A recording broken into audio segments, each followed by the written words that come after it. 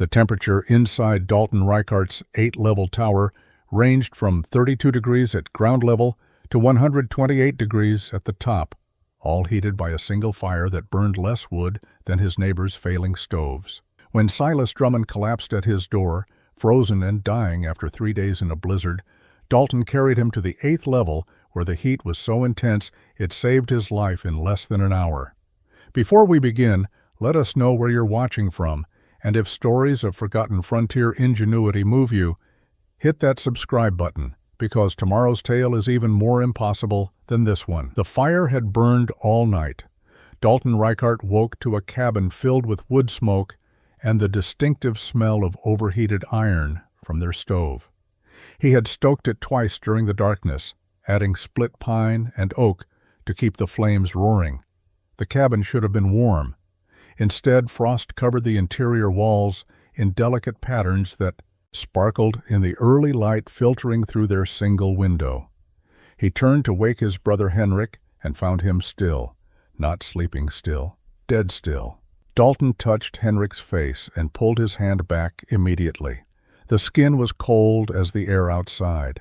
He checked for breath, for pulse, for any sign of life he already knew he would not find. Henrik had frozen to death sometime in the hours before dawn, lying beneath 2 wool blankets less than 8 feet from a stove that had burned hot enough to make the iron glow red. The year was 1838. The location was the Bitterroot Range in what would eventually become western Montana Territory. The Reichart brothers had trapped beaver along these mountain streams for 3 winters, working in partnership, splitting profits, surviving conditions that killed weaker men with brutal regularity. They were careful, competent, and experienced enough to avoid the obvious dangers. Grizzly bears, hostile encounters with Blackfeet, warriors protecting their territory, rushing water that could sweep a man away. These were risks they understood and managed through caution and planning. Freezing to death inside their own cabin while a fire burned had never seemed like a realistic threat. Dalton sat on his sleeping platform for nearly an hour, looking at his brother's body, trying to understand what had happened.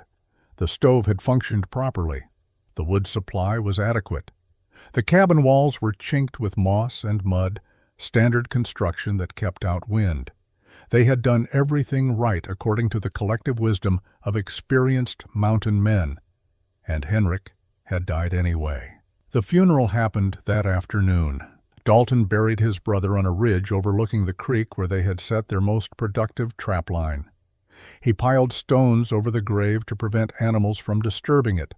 He carved Henrik's name and the year into a flat piece of pine and wedged it between the rocks. The entire process took 4 hours.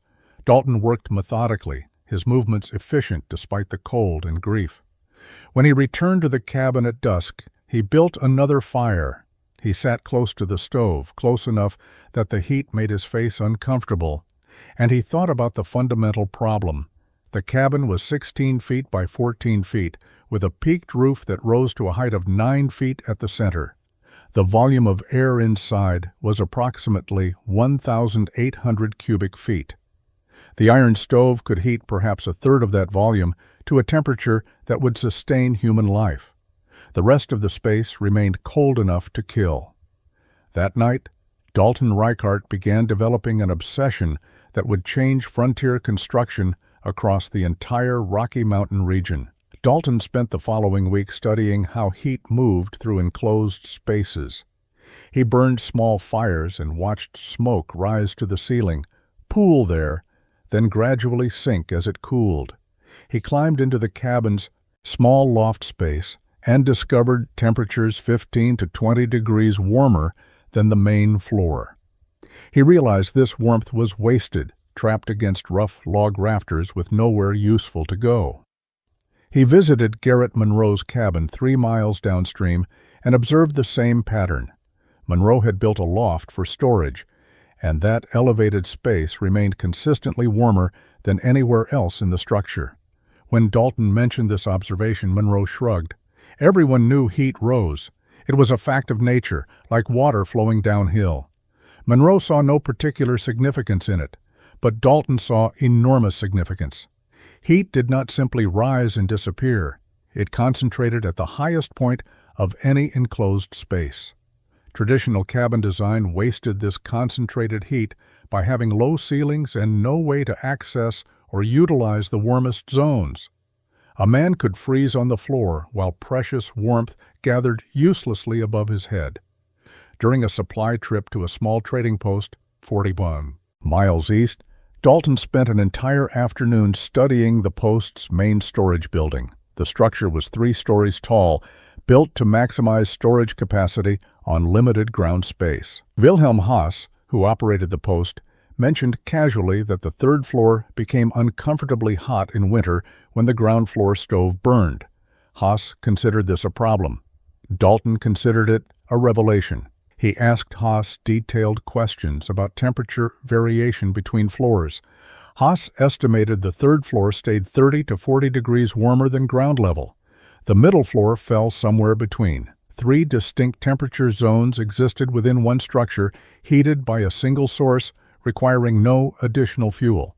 The vertical arrangement created natural stratification that could be controlled simply by choosing which floor to occupy. Dalton returned to his cabin and began making calculations on pieces of birch bark using charcoal. If 3 floors created 40 degrees of variation, what would 8 floors create? Could the principle scale indefinitely? What were the practical limits of vertical construction using log techniques? He studied every tall structure he encountered over the next month.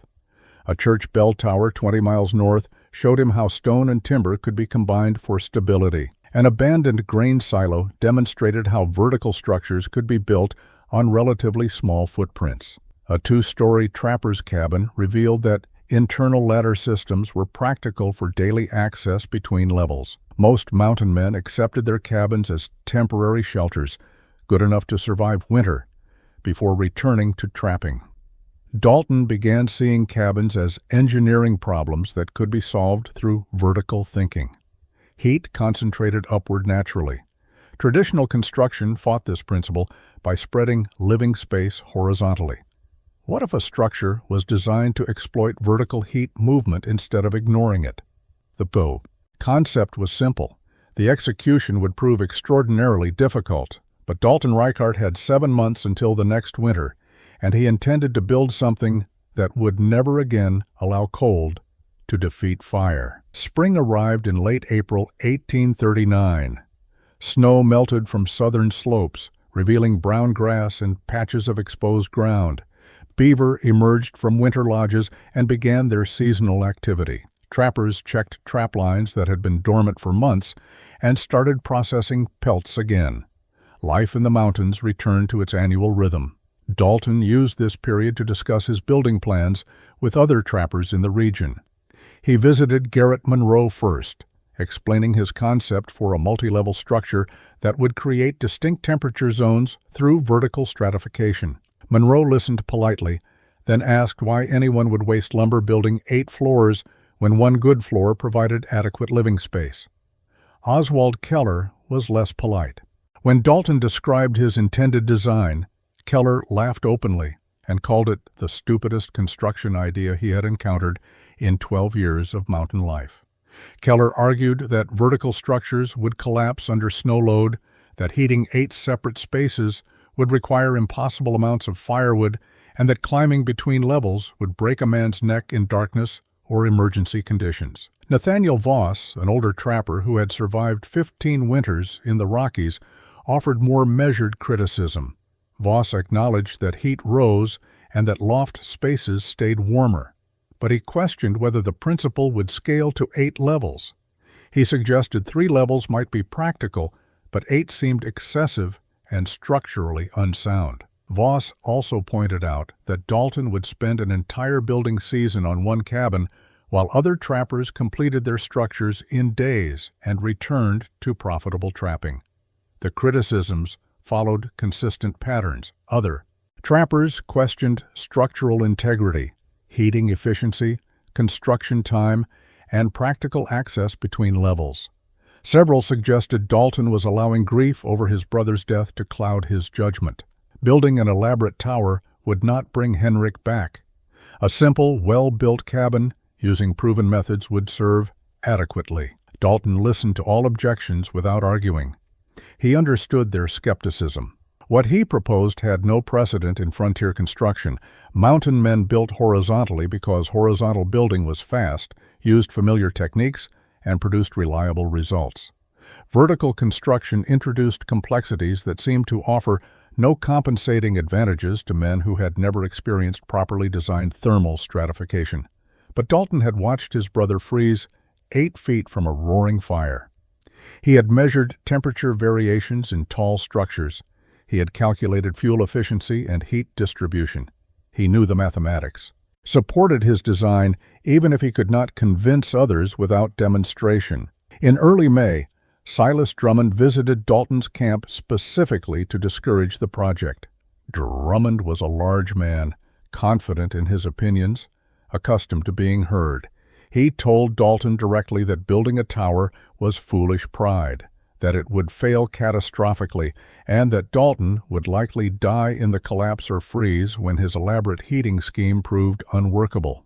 Drummond offered to help Dalton build a proper cabin using traditional methods, an offer made with genuine concern beneath the condescension. Dalton thanked him and declined. By mid-May, word had spread through the scattered trapping community that Dalton Reichart was building something unprecedented and probably suicidal. Several trappers made informal wagers about when the structure would fail and how. Dalton ignored them all and prepared to descend to civilization. Dalton left the mountains in late May 1839, with 4 months of trapped beaver pelts loaded on 2 pack horses. The journey to St. Louis took 18 days, following established trails through mountain passes, across prairie grasslands, and eventually to settled country where farms replaced wilderness. He sold his furs to a trading company for $740, excellent profit for a season's work. Most trappers arriving in St. Louis after months of isolation spent their money on whiskey, gambling, and entertainment. They purchased basic supplies for the return trip and departed within a week, eager to return to the mountains before summer ended. Dalton spent 3 weeks in the city and never entered a saloon. He studied buildings with the focus of an architect. St. Louis in 1839 was a growing city with substantial brick and stone construction. Dalton examined warehouses, churches, commercial buildings, and private homes, paying particular attention to any structure more than 2 stories tall. He sketched details in a leather journal, noting how walls supported upper floors, how chimneys were integrated through multiple levels, how windows were positioned for light and ventilation. A grain storage facility near the riverfront became his primary classroom. The structure rose 5 stories and used heavy timber frame construction similar to log building techniques scaled larger. Dalton spent hours watching workers load grain into upper levels using a pulley system. He studied the building's central support posts and how they distributed weight from upper floors to the foundation. He approached the site foreman and asked technical questions about load distribution and structural stability. The foreman, assuming Dalton was a potential client or investor, answered thoroughly. Upper floors needed to support their own weight plus contents. Support posts needed to be vertical and properly braced. The building's foundation had to be solid and level to prevent settling that would create stress on the frame. These principles seemed obvious once stated, but Dalton had never built anything more than single-story cabins. A Catholic church provided insight into chimney construction. The church had a 3-story bell tower with a heating flue running from basement boiler to roof. Dalton examined the exterior brickwork and noted how the chimney maintained consistent diameter throughout its height, with no narrowing or expansion that would restrict draft. The mason who had built it explained that vertical chimneys needed straight paths for smoke to rise efficiently. Dalton purchased supplies that confused the merchants who sold them. He bought 80 feet of heavy rope, 6 iron pulleys designed for well buckets, 12 large iron brackets used in warehouse construction, a specialized level used by stonemasons, and a plumb bob for ensuring vertical accuracy. He bought books on basic engineering and carpentry that he would study by firelight. These purchases cost nearly $200 money other trappers would have considered wasted. The final purchase was perhaps the strangest. Dalton bought a thermometer, a delicate glass instrument filled with mercury that indicated temperature with scientific precision. The merchant warned him it would break easily during mountain transport. Dalton wrapped it carefully in wool and leather and packed it in the center of his supply load where it would be protected. Dalton returned to the mountains in late June 1839. His pack horses carried supplies that made no sense to the trappers he encountered on the trail. Heavy iron hardware, rope and pulleys, a mason's level, books wrapped in oilcloth. These were not the tools of beaver trapping. Word spread before he reached his camp that Reichart was returning with strange cargo for his tower project. Garrett Monroe visited the day after Dalton's arrival and examined the supplies spread outside the cabin.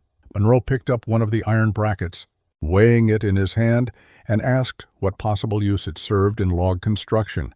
Dalton explained it would reinforce connections between levels where weight transfer was critical. Monroe shook his head and predicted the entire structure would collapse before winter. Oswald Keller arrived 2 days later and saw the rope and pulley system Dalton was assembling. Keller laughed and asked if Dalton planned to hang himself when the project failed. The pulleys were for lifting logs and materials to upper levels during construction, Dalton explained.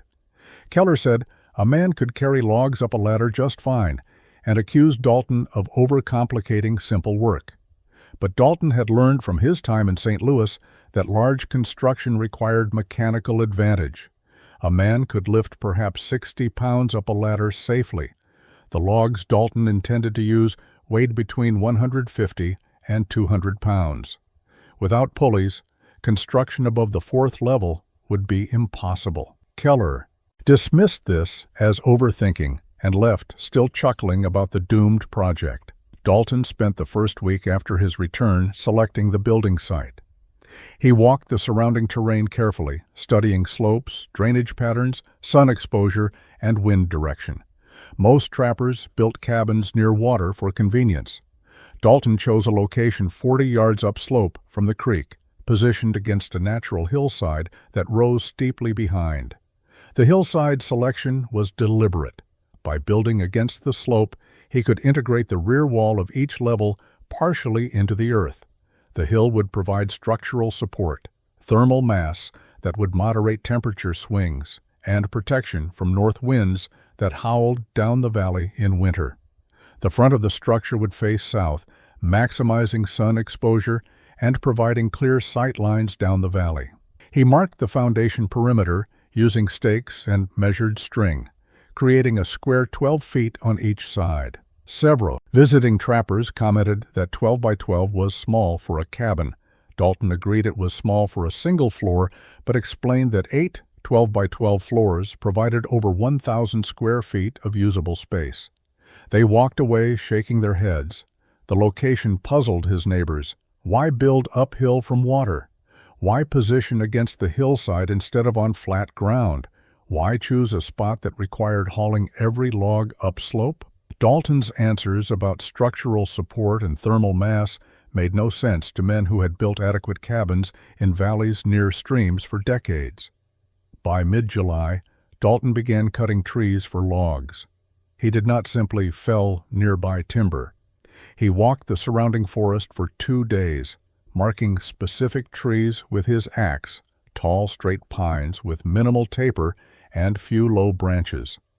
The trees he selected were all approximately 14 inches in diameter at chest height. Consistency mattered for what he intended to build. Construction began in late July with foundation work that no trapper considered necessary. Dalton excavated the 12 by 12 foot square to a depth of 18 inches, removing soil and rocks to create a level bed. He filled this excavation with stones gathered from the creek, selecting flat pieces that would stack tightly and provide a solid base. The stone foundation took 6 days to complete. Garrett Monroe visited during this work and asked why Dalton was wasting time on foundation when cabins could be built directly on ground. Dalton explained that his structure would be substantially heavier than a standard cabin, that 8 levels of logs and roofing would create enormous downward force, and that uneven settling would crack the structure and create gaps. Monroe remained unconvinced but admitted the stonework looked solid. The first tier logs went up slowly. Dalton had spent 2 weeks cutting and hauling 32 logs, each approximately 12 feet long. He stripped the bark completely using a draw. Knife then shaped each log to consistent diameter. Where natural taper existed, he removed wood from the thicker end until the log measured 13 inches in diameter along its entire length. Traditional cabin construction used notched corners where logs were cut to interlock. Dalton rejected notching entirely. Instead, he created a corner technique adapted from stone masonry. Each log extended 2 feet past the corner intersection. Where logs crossed, he drilled holes through both pieces and drove iron pins to lock them together. The extended ends created enormous strength, distributing force across multiple connection points rather than concentrating stress at notches. The first tier required constant measurement and adjustment. Dalton used his mason's level to ensure each log was perfectly horizontal. He used his plumb bob to verify the corners remained precisely vertical. After placing each log, he measured diagonals across the structure to confirm it remained square. When measurements were off by even half an inch, he removed the log and adjusted.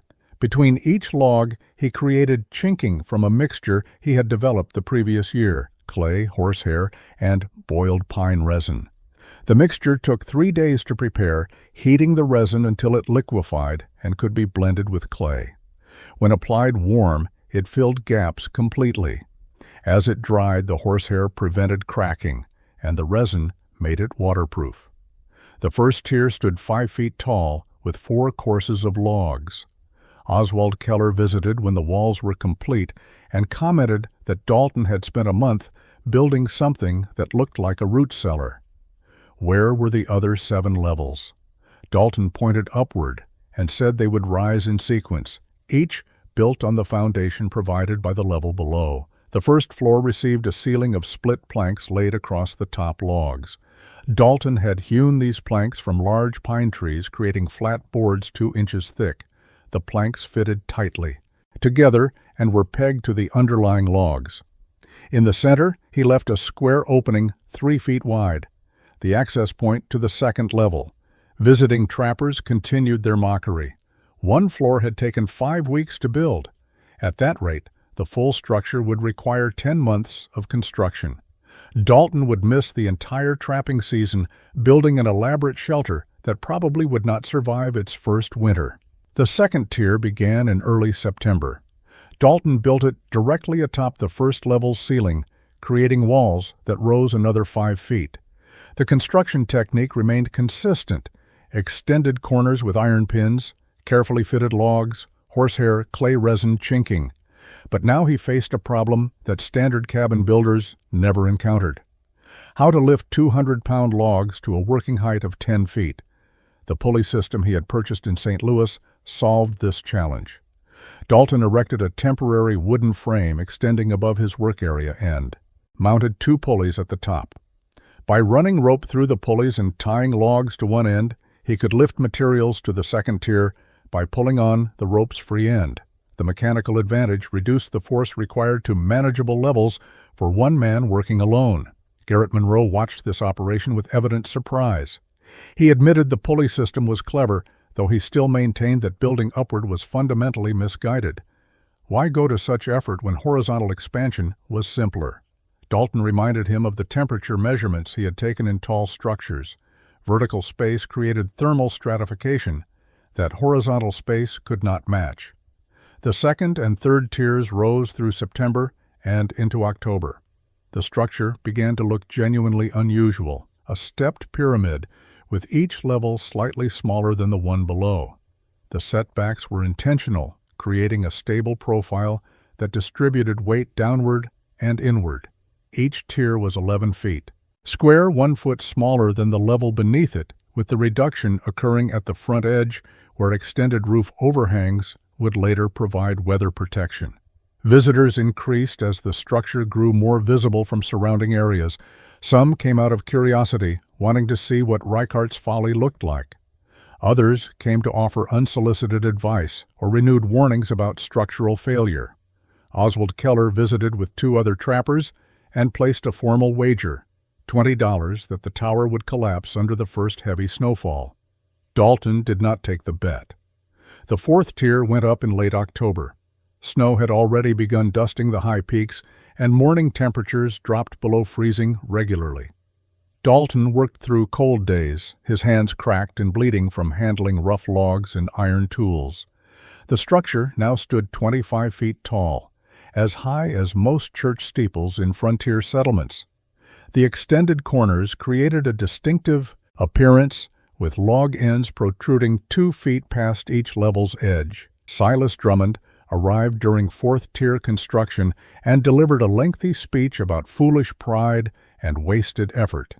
He predicted that when winter came, Dalton would discover his tower impossible to heat, that smoke would not draft properly through 4 floors, and that he would freeze just as his brother had frozen. Drummond's words carried genuine anger, as if Dalton's project personally offended him. Dalton listened without responding and returned to work when Drummond finally left. By early November, 4 tiers stood complete. The structure looked like nothing anyone in the mountains had seen before, part tower, part pyramid, clearly unfinished, but already substantial enough to dominate the landscape. Winter was approaching rapidly, and Dalton still had 4 levels remaining. Winter arrived in earnest during the 2nd week of November. Snow fell in heavy bands that left 6 inches of accumulation. Overnight, temperatures dropped to single digits. Most trappers had finished their cabin preparations and settled into winter routines of checking trap lines, processing pelts, and surviving until spring. Dalton continued building. The 5th tier presented challenges that previous levels had not. At 30 feet of height, wind became a significant factor. Logs had to be secured immediately after lifting, or gusts would shift them. The pulley system required constant adjustment as the working height increased. Dalton built platforms at each level to provide stable footing during construction, creating temporary scaffolding that would be removed once the structure was complete. But the most critical challenge was the chimney. A standard cabin chimney rose from ground level through a single room and exited through the roof. Dalton's design required a chimney that would pass through 8 separate floors, providing heat to each level while maintaining proper draft to carry smoke upward and out. If the chimney design failed, the entire structure would be uninhabitable regardless of how well the walls were built. He studied the notes he had taken in St. Louis about vertical flues.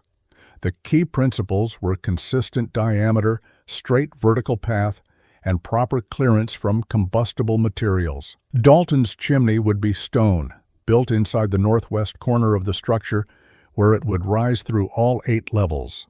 He began laying the foundation in the 1st tier, using flat creek stones and clay mortar. The chimney rose as a square column 18 inches on each side, large enough to provide good draft, but not so large it would consume excessive floor space at each level. At every floor, Dalton left a 6-inch gap between the hot chimney stones and the wooden ceiling planks, filling this gap with packed clay for fireproofing. The chimney would radiate heat at each level as smoke passed upward, warming all 8 floors from a single fire at ground level. Draft was critical. Too narrow, and smoke would not rise properly. Too wide, and heat would escape without warming the structure. 18 inches provided the balance Dalton needed based on calculations from the engineering books he had studied. He built a smoke shelf into the 1st tier, a horizontal ledge that would catch downdrafts and reflect heat forward into the room. The fireplace opening in the 1st tier was 2 feet wide and 18 inches tall, proportioned to burn logs efficiently without creating smoke problems. Dalton lined the firebox with fire brick quality stones that would withstand constant heat. Above the opening, he created a throat that narrowed to the chimney's 18-inch dimension, accelerating smoke flow and improving draft. By late November, the chimney had risen through the 4th tier, Snow accumulated on the structure's stepped roofs, and Dalton noticed something important. The snow did not slide off in dangerous avalanches. Instead, each tier's roof held its snow layer, creating natural insulation. The stepped design that neighbors mocked was already demonstrating advantages they had not anticipated. Dalton worked through early December, building the chimney upward as each new tier was completed. The structure was becoming what he had envisioned, a vertical system for thermal management that would transform how men survived mountain winters. The fifth tier required different construction techniques than the lower levels. At 35 feet above ground, the structure became vulnerable to wind stress and snow load in ways that a single-story cabin never experienced. Dalton adjusted his approach using slightly smaller logs, 12 inches in diameter instead of 13, to reduce weight while maintaining strength. The extended corners still reached 2 feet past each edge, but the overall mass decreased. He integrated the structure more deeply into the hillside at these upper levels. The rear wall of the fifth tier sat completely against earth, with the hill rising above it. This integration provided multiple advantages. The earth absorbed lateral wind force that would otherwise stress the tower. The soil's thermal mass would moderate temperature swings, keeping the rear wall warmer in winter and cooler in summer. And the hill added structural support, essentially buttressing the tower against the slope. The sixth tier went up through January 1840. Dalton worked in conditions that would have stopped most construction: temperatures below zero, wind that made exposed skin dangerous within minutes, and snow that required constant clearing from work surfaces. He built fires at ground level, not for comfort, but to keep his hands functional enough to grip tools and fit logs. The pulley system became even more critical at this height. Lifting logs 45 feet required mechanical advantage that human strength alone could not provide. Dalton ran his rope through multiple pulleys in series, creating a compound system that reduced the force needed but increased the rope length required. Raising a single log to the sixth tier required pulling nearly 100 feet of rope through the pulley arrangement. Visitors stopped coming. The winter was too severe for casual travel, and most trappers remained close to their own cabins. This isolation suited Dalton perfectly. He worked without interruption, focused entirely on construction challenges that had no precedent in frontier building. The sixth tier's ceiling was particularly important because it would support the 2 highest levels, the hottest zones in his thermal design. Dalton used heavier planks than on lower floors, 3 inches thick instead of 2, and placed them closer together to eliminate any flex. He reinforced the ceiling with cross braces that distributed weight to the outer walls. The chimney passed through the sixth tier using the same techniques as lower levels: 18-inch square cross-section, 6-inch clearance from wood, clay fireproofing around the opening. But at this height, Dalton noticed the chimney stones were warm to the touch, even though no fire had yet burned in the structure. Heat from the winter sun, absorbed by the dark stones, was radiating through the chimney mass. This confirmed his theory about thermal storage.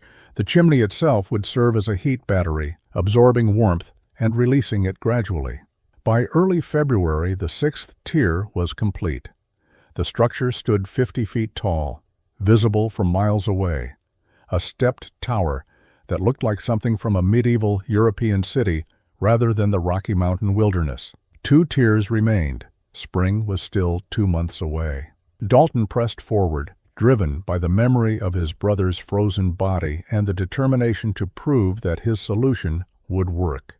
The 7th tier began in mid-February with conditions that tested Dalton's endurance. The winter of 1839 to 1840 was proving to be one of the coldest in recent memory. Temperatures remained below zero for days at a time.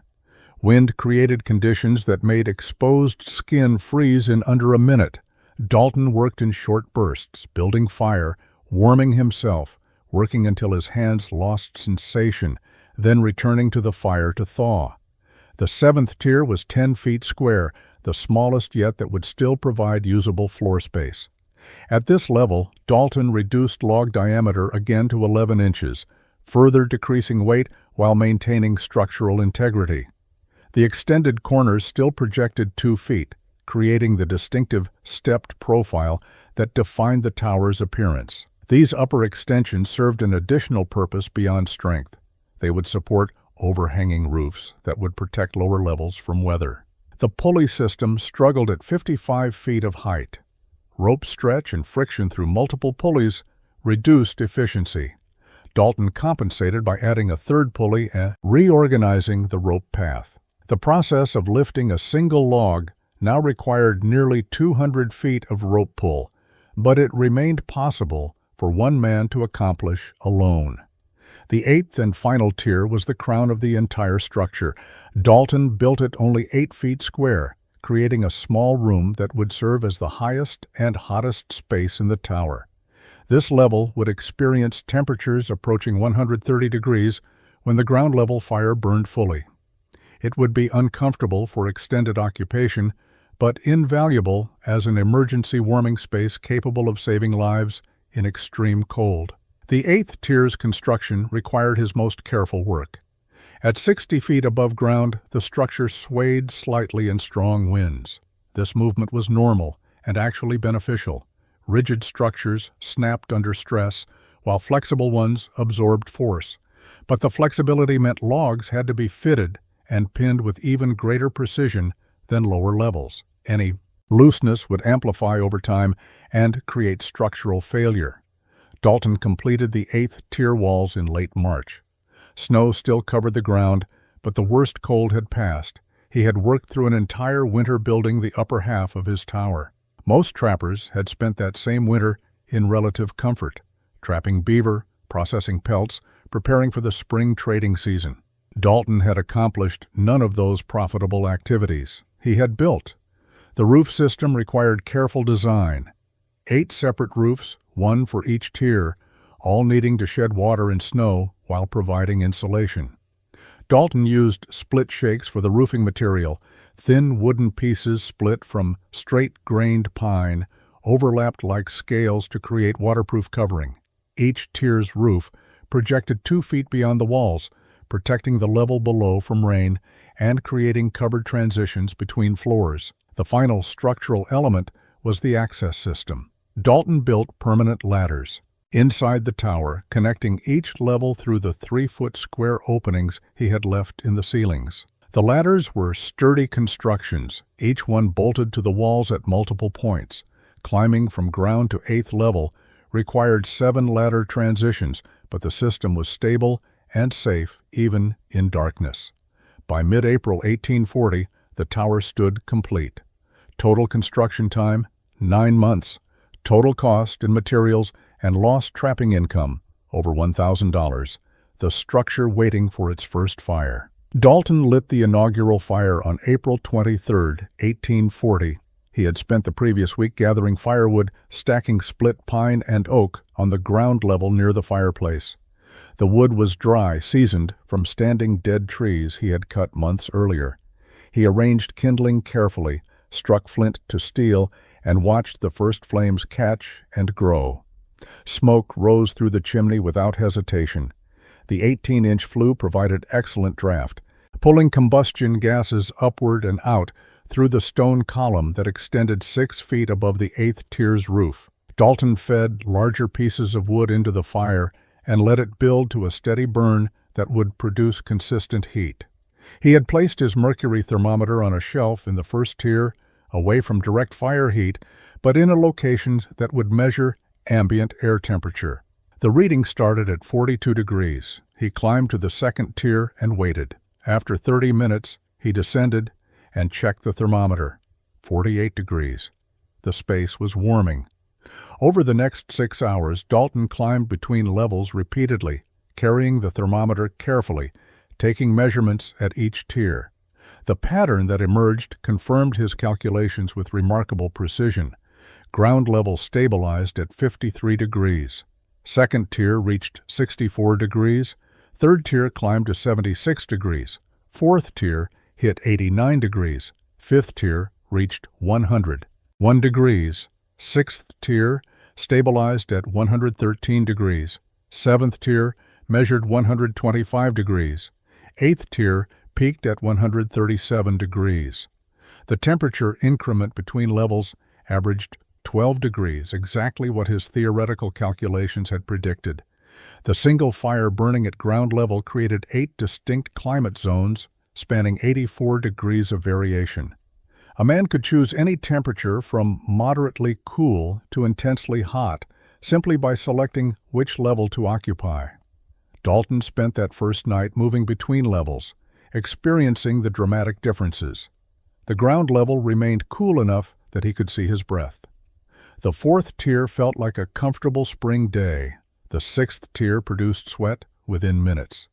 The eighth tier was almost unbearable, the air so hot it hurt to breathe deeply. He documented everything in his journal: fire consumption rate, temperature readings at different times, how quickly each level warmed, how long heat persisted after the fire burned down. The data accumulated, transforming his theoretical design into measured reality. The fuel efficiency was extraordinary. Dalton burned approximately 12 pounds of wood during that first full day of heating. A standard cabin maintaining comfortable temperature would have consumed 30 to 40 pounds. His tower used less than half the fuel while providing superior temperature control and 8 times the usable space. The fire burned through the night. When Dalton woke on the fourth tier at dawn, the temperature remained 73 degrees, comfortable sleeping conditions maintained through darkness with minimal fuel consumption. The tower worked exactly as he had envisioned. Now he needed to survive a full winter to prove it. The spring and summer of 1840 passed with Dalton living in his completed tower while working trap lines and processing pelts. He used different levels for different purposes as temperatures dictated. During warm months, he occupied the lower tiers where temperatures remained moderate. The ground level became his workshop and storage area. The second tier served as his kitchen. The third tier was his primary living space. He refined the fire management system through experimentation. A small fire burning continuously consumed less wood than repeatedly building large fires. The tower's thermal mass, thousands of pounds of logs, stone chimney, and packed clay chinking, absorbed heat during the day and released it slowly through the night. Once warmed, the structure maintained temperature with minimal fuel input. Visiting trappers finally began arriving as word spread that the tower was complete. Garrett Monroe came in July and climbed to the fifth tier, experiencing the temperature gradient firsthand.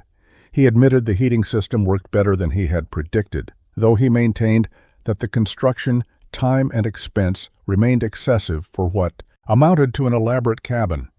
Magnus Thorne, a Norwegian trapper who worked territory 30 miles north, spent an entire afternoon examining the construction details. Thorne asked specific questions about corner pinning, chimney draft, and thermal performance. He took notes on birch bark and sketched the stepped profile. Thorne was building his own winter cabin and wanted to understand Dalton's techniques. Autumn arrived early in 1840. The first snow fell in late September, dusting the peaks and signaling the approaching winter. Dalton increased his firewood gathering, cutting and splitting enough wood to last through 6 months of cold. His calculations suggested he would need 4 cords of wood for the winter, half what a standard cabin required. October brought the first serious cold. Temperatures dropped to 20 degrees at night. Dalton burned his fire continuously now, maintaining warmth throughout the tower. He slept on the fifth tier where temperatures held steady around 90 degrees, warm enough for comfort, but not so hot as to be oppressive. The lower tiers provided cooler zones for food storage. Frozen meat kept perfectly on the ground level, where temperatures hovered just above freezing. November was colder still. Daytime temperatures remained below freezing. Night temperatures dropped to 0 and below. Snow accumulated on the tower's stepped roofs, each tier holding its white layer. Dalton noticed the snow acted as additional insulation, reducing heat loss through the roof surfaces. Other trappers began experiencing the seasonal struggle that defined mountain winters, keeping cabins warm enough to survive while managing limited firewood supplies. Dalton lived comfortably, moving between temperature zones as his needs dictated. He worked on the cool ground level during the day and slept in the warm fifth tier at night. The tower provided options that single-level cabins could never offer. December arrived with temperatures that tested everyone's preparations. The winter of 1840 to 1841 was proving harsh even by Rocky Mountain standards. January 1841 brought cold that frontier veterans described as unprecedented. The temperature dropped to -30 degrees and stayed there for 5 consecutive days. Then it dropped further, -35, -40. The cold became a physical presence, dangerous and relentless, capable of killing exposed flesh in minutes and penetrating even well-built structures. Other trappers burned through their firewood reserves at alarming rates. Standard cabins required constant fire to maintain temperatures barely adequate for survival. Men woke multiple times each night to add wood to their stoves. During the day, they stayed close to their fires, venturing outside only when absolutely necessary to gather more fuel or check critical trap lines. Dalton maintained his routine with minimal adjustment. He burned his fire continuously but at moderate intensity. The tower's thermal mass absorbed heat during the day and released it slowly through the night, preventing the temperature swings that plagued standard cabins. The ground level stayed near freezing, cold, but not dangerously so. The middle tiers remained comfortable. The upper tiers stayed warm enough that Dalton could sleep without heavy blankets. His fuel consumption remained dramatically lower than his neighbors. While other trappers burned 40 to 50 pounds of wood daily, Dalton used 15 to 20 pounds. The difference was structural. Standard cabins lost heat through gaps in chinking, through roofs that were never truly weatherproof, through doors that let cold air seep around their edges. Dalton's tower, built with obsessive attention to ceiling and insulation, retained heat with extraordinary efficiency. The temperature gradient between levels remained consistent even in extreme cold. Dalton measured 78 degrees on the fifth tier when outside temperature was -40. The difference of 118 degrees was maintained by a fire-consuming wood at a rate that would barely keep a standard cabin above freezing. On January 19th, Garrett Monroe appeared at Dalton's tower. Monroe looked exhausted, his face showing the strain of weeks fighting cold. He had come seeking to borrow firewood. His own supply was depleted faster than expected, and he faced another week of extreme cold with inadequate fuel. Dalton gave him 30 pounds of split wood and invited him inside to warm himself. Monroe climbed to the 4th tier and stood near the chimney, absorbing heat. He admitted that Dalton's design worked far better than anyone had predicted. The tower stayed warm with less fuel, provided comfortable living space, and offered temperature options that made winter survival almost pleasant rather than merely possible. Monroe said other trappers were talking about Dalton's construction methods, asking questions about how it was built and whether similar structures could be erected elsewhere. The bitter cold persisted through the entire month of January. Other trappers suffered through it, burning excessive wood, losing sleep, barely maintaining survivable conditions. Dalton lived in relative comfort, his tower performing exactly as designed. The impossible had become routine, a structure that could maintain warmth through the worst cold the mountains could deliver, using half the fuel conventional wisdom said was necessary. February 4th, 1841. The temperature had been below zero for 11 consecutive days. Dalton was working on the 2nd tier, repairing a leather harness, when he heard pounding on the ground-level door. The sound was weak, irregular, the striking of someone with little strength remaining. He descended the ladder quickly and opened the heavy door. Silas Drummond collapsed inward, falling across the threshold. His face was gray, his lips blue, his entire body shaking with violent tremors. Ice crusted his beard and eyebrows. His clothing was inadequate for the conditions. A wool coat that had been sufficient a month ago, but was no match for the current extreme cold. Dalton pulled him fully inside and closed the door. He tried to ask what had happened, but Drummond could not speak coherently.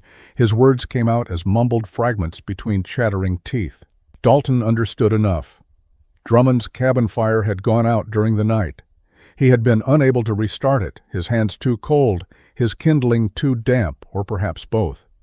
He had tried to reach another trapper's cabin but had not made it before hypothermia set in. Dalton's tower had been closer. The ground-level temperature was 38 degrees, far too cold to treat severe hypothermia. Dalton needed to warm Drummond quickly but carefully. Too slow, and he would die. Too fast, and the shock could kill him just as surely. He half-carried, half-dragged Drummond to the ladder and began moving him upward, the second tier at 50 degrees, still too cold. Drummond's trembling had not decreased. Third tier at 62 degrees, not enough. Fourth tier at 74 degrees. Drummond was still shaking, but not as violently. Dalton kept climbing, supporting Drummond's weight, moving him through the access openings between floors. Fifth tier at 86 degrees. Sixth tier at 98 degrees. Seventh tier at 110 degrees. Drummond's shaking had decreased significantly, but his core temperature remained dangerously low. Dalton made the final climb to the eighth tier, where the temperature reached 122 degrees. The heat hit like a physical force. Dalton laid Drummond near the chimney where radiating warmth was most intense. He removed Drummond's wet outer clothing and wrapped him in dry blankets kept on this level specifically for emergency warming. The eighth tier existed primarily for this purpose, a space hot, enough to reverse severe hypothermia, to bring nearly frozen flesh back from the edge of death. Drummond stopped shaking within 10 minutes. Color began returning to his face within 20. After 40 minutes in the eighth tier's extreme heat, he was conscious enough to drink warm broth that Dalton brought up from the cooking level. After an hour, he could speak in full sentences. Silas Drummond, who had predicted Dalton's tower would fail catastrophically, who had called it foolish pride and wasted effort, had survived only because that tower existed and functioned exactly as Dalton had designed it to function.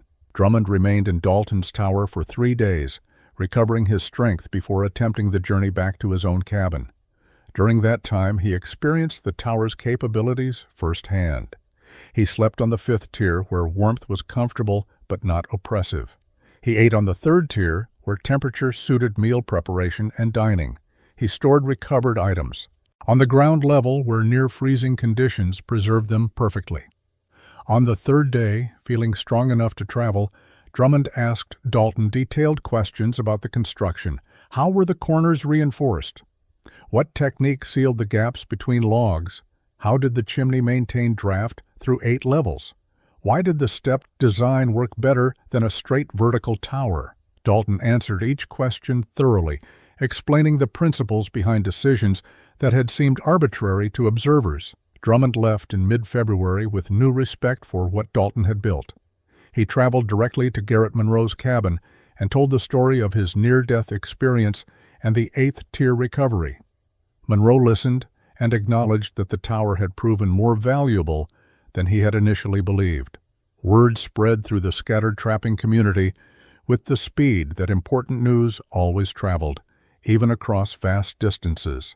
Nathaniel Voss arrived at Dalton's tower in late February specifically to study the construction. Voss was planning to build a new cabin the following summer and wanted to understand whether Dalton's techniques could be adapted to smaller structures. Could a 4-level design provide similar benefits with less construction time? Would the thermal stratification work on a reduced scale? Dalton walked Voss through the entire structure, explaining each element's purpose. The extended corners that provided structural strength, the horsehair clay resin chinking that sealed gaps perfectly, the 18-inch chimney that maintained proper draft, the stepped profile that shed snow and distributed weight efficiently. Voss took extensive notes and made sketches, documenting details he would replicate in his own building project. Magnus Thorne returned in early March with specific questions about adapting the design for a 6-level structure. Thorne had access to excellent timber and wanted to build something substantial, but 6 levels seemed more practical than 8 for his location and needs. Could the principals scale down while maintaining efficiency? Dalton confirmed they could and explained how to calculate chimney diameter, floor dimensions, and corner reinforcement for a reduced-height tower. Other trappers began visiting, not to mock but to learn. They asked about construction time, material costs, fuel efficiency, and practical living experience. Dalton shared information freely. He had not built the tower to keep secrets or establish proprietary methods. He had built it to survive mountain winters. If others could benefit from what he had learned, that improved everyone's chances of survival. By late March, as winter finally began loosening its grip, at least 4 trappers had committed to building multi-level structures the following summer. The techniques were spreading organically, adopted by men who recognized practical advantages when they saw them demonstrated through an entire winter of extreme conditions. Spring arrived in early April 1841, with temperatures finally rising above freezing during daylight hours. Snow melted from southern slopes, revealing brown earth and dormant grass. Trappers emerged from winter isolation and began comparing experiences. The conversations that followed revealed patterns that validated Dalton's design in quantifiable terms. Garrett Monroe had burned through 6 cords of wood during the winter, more than he had used in any previous year. The extreme cold had required constant fire, and his standard cabin had struggled to maintain adequate warmth despite consuming fuel at rates that would have bankrupted less prepared trappers. Monroe estimated he had spent 30% of his winter cutting and splitting additional wood beyond his initial supply. Oswald Keller reported similar consumption, 5.5 cords burned completely, with another week of cold requiring him to burn furniture and structural elements from a abandoned nearby cabin. Keller had lost 2 fingers to frostbite during a wood-gathering trip in January when extreme cold had caught him away from shelter longer than safe. Silas Drummond had burned 7 cords, the highest consumption reported. His cabin was older, with gaps in the chinking that had widened over time, and his stove was inefficient. Only his proximity to good timber had saved him from running out of fuel entirely before his near-fatal exposure incident. Dalton reported his consumption to the gathered trappers without embellishment. 2 cords, less than half what Monroe had used, approximately 1/3 of Drummond's consumption. The numbers seemed impossible until Dalton explained the thermal dynamics. His tower retained heat that standard cabins lost. The thermal mass absorbed warmth during fire burns and released it gradually. The sealed construction prevented drafts. The stepped design shed snow that would otherwise conduct cold into interior spaces. The fuel efficiency translated directly into survival advantage. Dalton had spent minimal time gathering wood during the dangerous cold months. He had maintained comfortable living conditions throughout the winter. He had sleeping spaces at multiple temperature levels, allowing him to choose optimal comfort at any time. And his structure had saved Silas Drummond's life when conventional shelter had failed. Magnus Thorne performed calculations on birch bark, comparing construction time investment against fuel savings over multiple years. A standard cabin took 4 days to build, but required 5 cords of wood annually. Dalton's tower took 9 months to build, but required 2 cords annually. Over 5 years, the tower saved 15 cords of wood, equivalent to hundreds of hours of cutting, splitting, and hauling labor. The initial time investment paid returns that accumulated indefinitely. The mathematics convinced men who had dismissed the project as impractical excess. Building better, rather than faster, produced long-term advantages that outweighed short-term costs. Frontier survival was not about minimizing effort.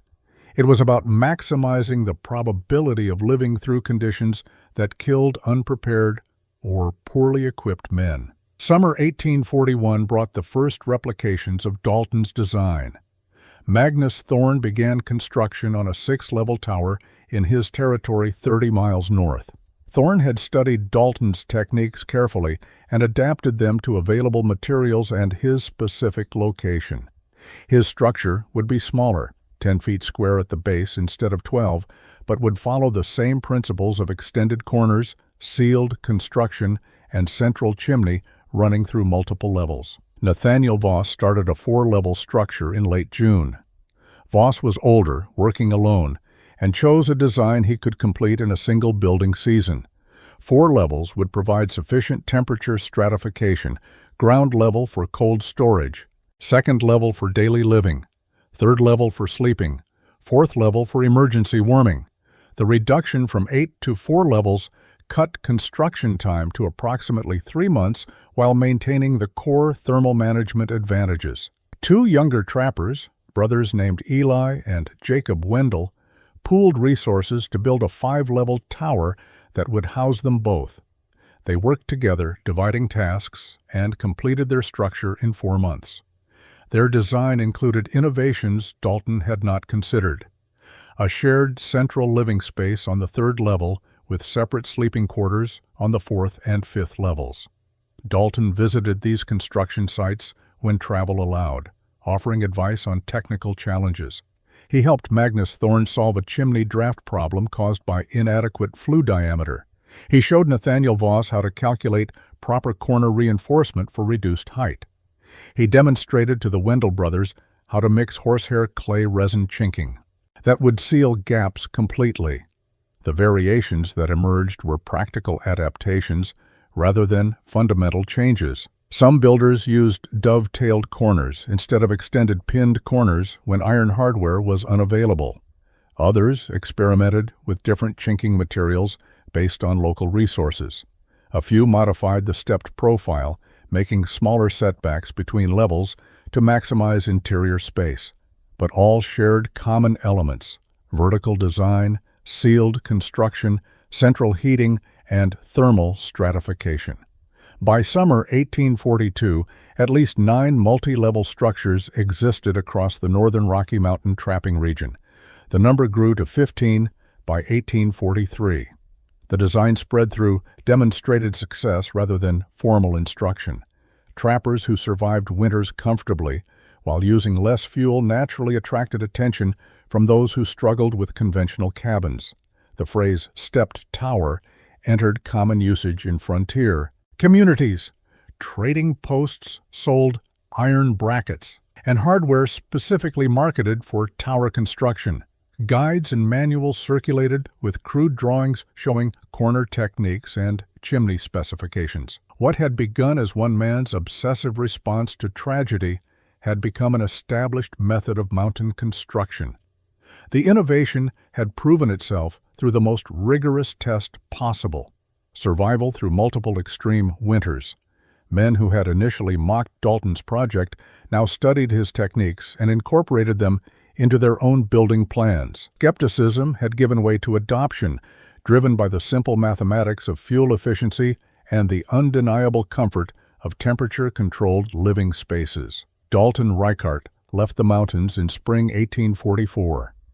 He had spent 6 years trapping beaver in the Bitterroot Range, survived winters that killed less prepared men, and built a structure that changed frontier construction practices across an entire region. He sold his final load of pelts in St. Louis for enough money to purchase land in Oregon Territory and start a different life. He married Abigail Brennan in autumn 1844. She was the daughter of a homesteader who had taken land near the Willamette Valley. They established a small ranch, raised cattle and horses, and had 4 children over the following decade. Dalton rarely spoke about his mountain years. To his family, he was simply a rancher who had once trapped beaver before settling into civilized life.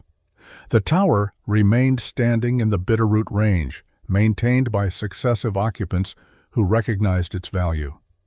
A trapper named Corin Moss lived there from 1845 to 1849, adding minor improvements but changing nothing fundamental.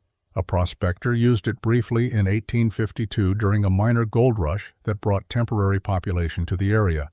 A homesteading family occupied it from 1856 to 1863, finding it superior to anything they could have built themselves. The structure survived storms that destroyed lesser cabins. Snow loads that collapsed conventional roofs were distributed across the stepped design and shed harmlessly.